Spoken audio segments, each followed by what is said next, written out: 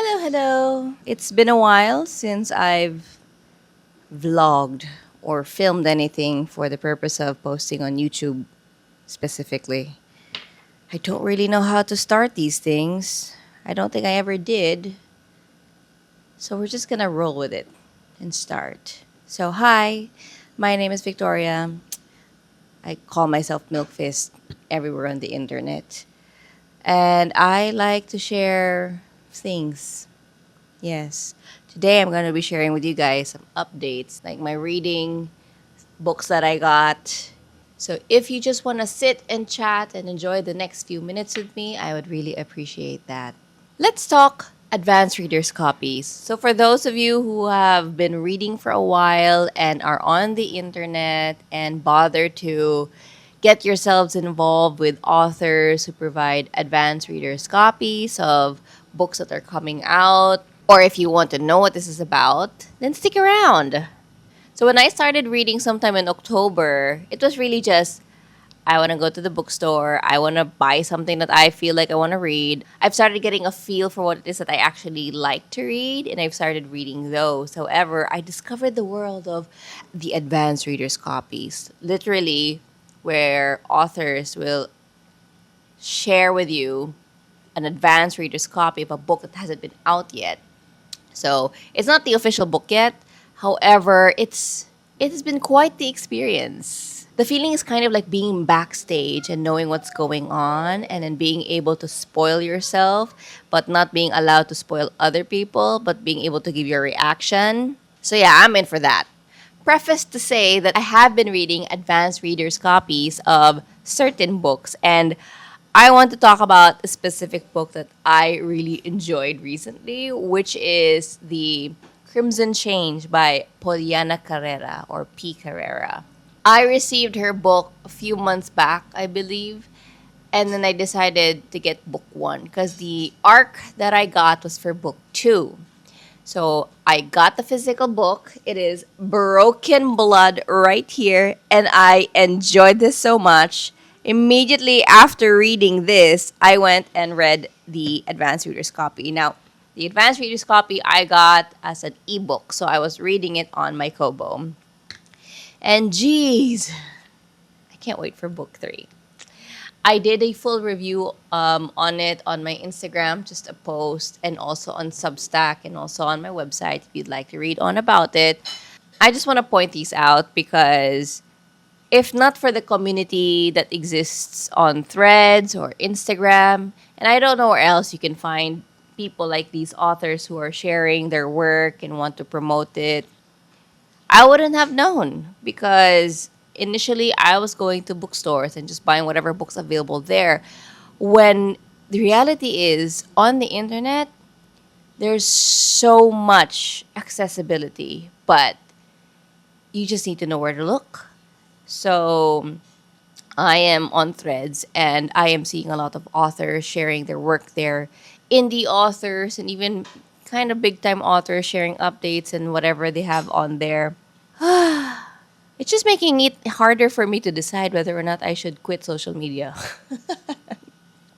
Because I have talked about it, about how being on social media and all that, but that is a different video which I have done, briefly talked about as well. But I am really enjoying this new world of mine of diving into book reading and discovering new books and discovering authors and reading point of views from different characters, different authors, different writing styles, and I am absolutely here for that ride.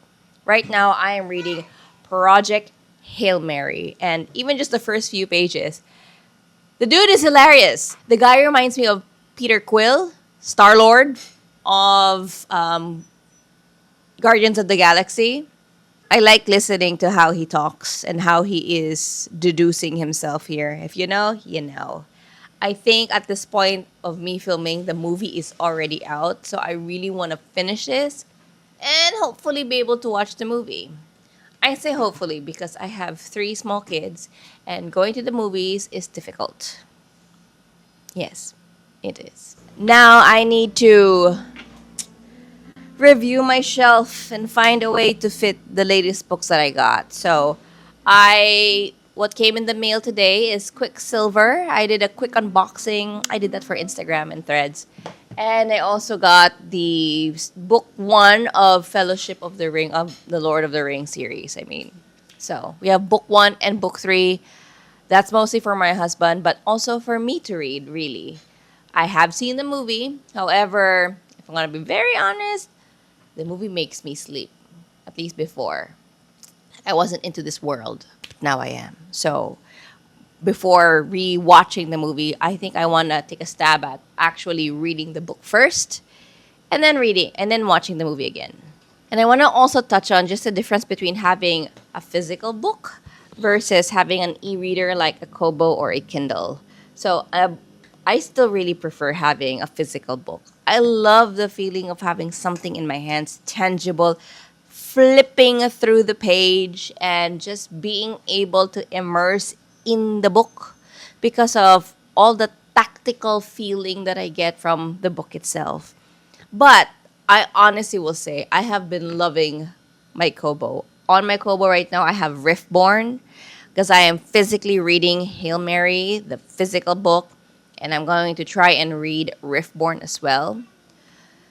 And it's just been very convenient. We don't go out a lot, me specifically. 'Cause my husband and my kids will go out. However, I really am a homebody, so I thrive with the physical books. But when we do go out, I make use of this. And also, since I am reading advanced readers' copies, I typically get e-arcs just because I am in a country that's typically far away from these authors. So I feel that they will mostly provide me with an e-arc instead of anything physical. I long for the day where sending to the Philippines is not that expensive. But till then, I'm so happy that e-arcs exist and that I have a Kobo where I can read them from. So, like the last one, The Crimson Chains by P. Carrera, I read it here. I read other books in here. And also, it's just easier. The Kobo specifically, let me touch on this, is that they have a Kobo market in here as well. And Kobo has a lot of bargain sales in here. I was surprised. Literally being able to get a book for just 56 pesos. That's less than $1 with the current dollar exchange. And some for just $2 or $3. Yeah. I got Catabasis on here for only 100 something pesos. Again, approximately maybe $2, $3 on the Kobo. I have been contemplating wanting to get that book, the physical book, every time we went to Cebu, because in Cebu, that's where we have more bookstores to look at and a wide variety. And so these usually sold books are found more there, the physical ones, because we can order online. We've got Shopee and Lazada for things like that, or even fully booked online. But physically buying the book, like if I want to be in store, there's like 2 bookstores that I know that are in here where I live. All that to say is that I really am enjoying my Kobo. So for those of you who are thinking, oh, I don't want to give up my physical book and etc., girl, there are many reasons and many other uses for this as well.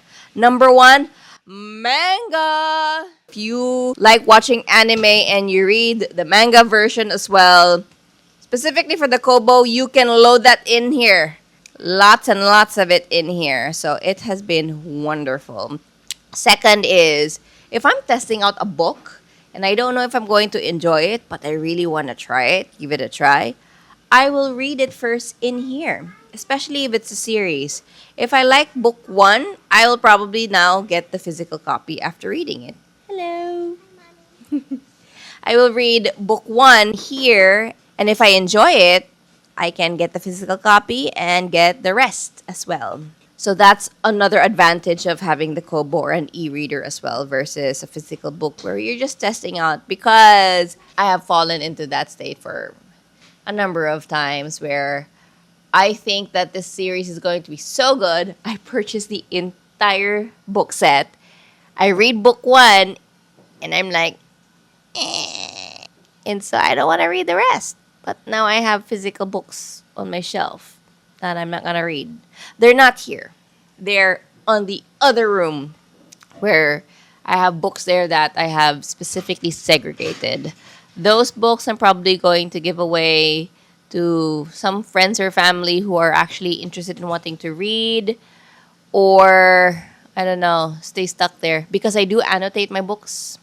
I like to put my little notes, my little emotions, tab it, things like that. So I don't know if I want to have to erase all those and then give it away or just keep it there. So I do want to have less stuff. That's something for me to think about. And also, let me quickly share. We went to McDonald's. You know how they have a Happy Meal there where you buy food for kids and then they give you a toy? They have Uno cards as toys. Now, one, I don't know what that says. But two, I love that they used Spy Family. So, here. So, we got three. So, we got your right there. We got Anya. And we have Lloyd. So that's pretty cool. And at least it's Uno, meaning, it's a game that's kind of friendly for kids. It's just, as a mom, I just feel a little odd how they're trying to promote card games to little kids.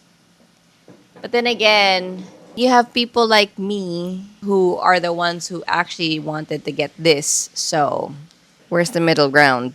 I think I just want to do these things where if I don't have the energy or the time to sit and fully edit a vlog of different days, I'm going to sit and just give you guys an update. Just be in the moment, be present, and just say hi, hello. I told myself I would really focus more on YouTube, so that's what I'm doing. But I am on Threads and on Instagram, and I have a Substack. If you guys are on there and would like to follow me there, because I will typically provide updates that I have a new YouTube vlog coming up, because I know that YouTube is not the best in terms of pushing notifications. And I like to share stories, especially on Instagram, because it's the fastest way for me to just release whatever it is that I want to share. But I'm trying to get comfy with also sharing this type of format or this type of content here on YouTube. I don't have to have everything fully curated because if I'm being honest with myself, that's one of the things that's stopping me from actually posting on YouTube. I feel that I have to have a fully edited, properly done video to post on YouTube. I've had very many creative bursts, but then the problem is I just don't have the energy to sustain it. I work from home. I homeschool my kids. And it's just me and my husband, for the most, who's taking care of this household. So if you're watching all the way to this end, I hope that this is something you can enjoy as well. And I would really appreciate a subscribe. And I'll hope to see you in the next video.